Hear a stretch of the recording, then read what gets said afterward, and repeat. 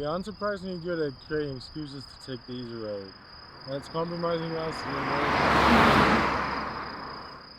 we barely realize.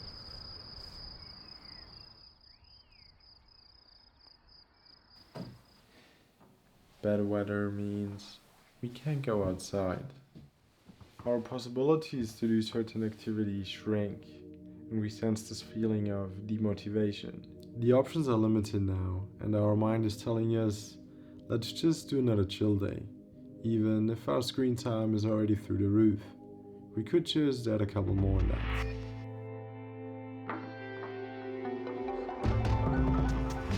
The day already gone before it even started. I hated that. This version of me no longer exists. In the last 2 years, I went through a couple of phases, including a social media favorite, log the F in, and a couple of others too. And through all that time, I thought to myself, why not share my own story to that topic? It might help you to find your solution, and after all, we do know this is a generational struggle we are all facing. So, in December 2004, this dude was born. From the age of 3 till now, I do pretty much take on every chance to do sports, which might have helped me to consume a little bit less. Although we all had school at one point in our lives. Enough story time, let's talk about numbers. In 2024, I had roughly 4 hours of screen time, and I brought it down to roughly 1.5. With the big question, why not completely disconnect? Might be a different reason than you expected. There's a whole list of problems I faced. Constantly opening and closing Instagram wasn't one of them. It's time to showcase the steps I took, surprising discoveries I made on the journey, and lastly, what do we miss out on, really?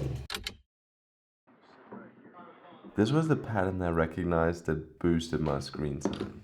However, this will change with my go-to mindset. Whether I like to learn a certain skill, try new ways of filmmaking, or simply enjoy a casual moment, I approach all of those things with trial and error. On the first part, you try to fix the problem. And on the second one, you try to solve the problem. That was my part. Close your fancy lips and turn the other senses to the maximum. Because what I'm about to tell you, all the actions I took, that didn't work.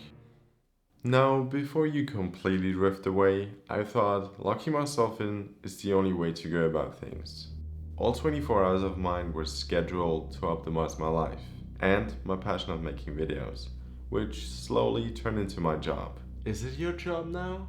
Yeah, but that didn't quite help. It brought even more stress to my already damaged nervous system. I wasn't happy, my sleep was pretty much fucked, and there was even a period where I had to go back on my phone, simply to distract myself from my optimist way of living.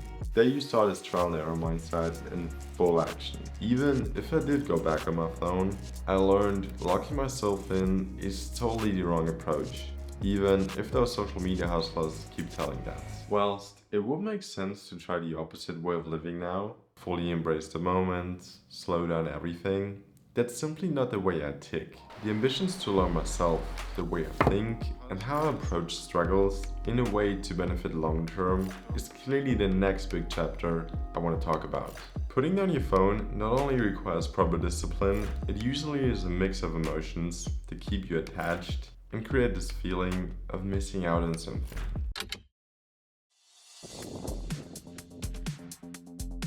At the early stages of my videography journey, I stepped into this period of productivity tasks. Basically, I tried several different habits in order to reduce my loss of brain cells. Let's start with to-do lists, a way to give yourself some sort of fulfillment when checking off your task. Number 2, no phone until 10 a.m. Focus mode, breathwork, notebooks, creating content, and let's not forget checking my emails as any professional adult would do. Why am I even doing it? The biggest question for anybody out there, did any of this help? Yes and no. To-do lists are a great way to keep track of your tasks, and it gives yourself this feeling you achieved something today. But does it really? For me, probably not. I rarely noticed a big difference if I achieved all of my goals or none. Somehow, it created even more pressure on the next day or the day after. The others, however, impacted my days certainly different. I didn't expect breathwork to work, just like creating content, they both felt weird at first, or any of those other habits. It's unknown territory. So, first I had to get comfortable until I could get the focus benefits or a new perspective on a topic I was wrapping my head around. Taking on new ways to evolve as a person in any regards takes proper self-discipline. And it's way easier said than done. We are all surrounded by devices from ginormous tech companies, their only goal, keeping us attached with algorithms to benefit them, and preventing us to explore ourselves properly. I can only recommend you to try out those habits yourself. There are a couple of things I didn't even mention because they are mandatory for most of my life. I rarely spend a day without any activity at all. It's my glass of water I drink every single day. One addiction played a big role to push myself through the toughest stages of my workout. Interestingly, I didn't know it was holding myself back from reaching new potentials. I'm pretty sure everybody at least once experienced this moment in their lives. Ever played a specific song over and over again? Yeah, I had that with my whole streaming platform. I'm pretty sure you don't even know how addicted I really was. Especially in school, I noticed it. Even after one day off, I was craving the feeling it gave me. My mood was purely dictated by the songs I was listening to, although I barely realized it. Basic tasks require a layer of background music with the exact vibe in order to start. My consumption of music shifted from one day to the other. I knew I wanted to change my behaviors, observing more of the real world instead of mood swings through melodies that would be played. This perception I had didn't work. There was an unhealthy imbalance between my desire of music and the raw reality, similar to the fear of missing out. We choose to be a part of a culture sharing their presence online.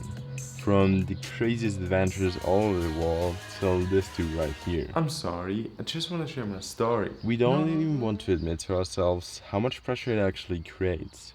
Comparing our casual Tuesday with somebody else's weekend trip, event, or even vacation. It leaves us guessing why we can have those exact experiences. A toxic environment we're just choosing to be a part of, just because everybody else is. Whilst I can only speak for myself, I do know there's a balance between all of this.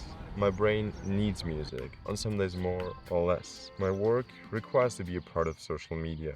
It just depends how you approach things. Maybe this video shouldn't show you the exact steps you should take. Rather, it should teach you what it takes to actually change a bad habit. Because it's not as straightforward as most people claim to be online. This process took several months, and there's no way to speedrun it. And we all know change takes time.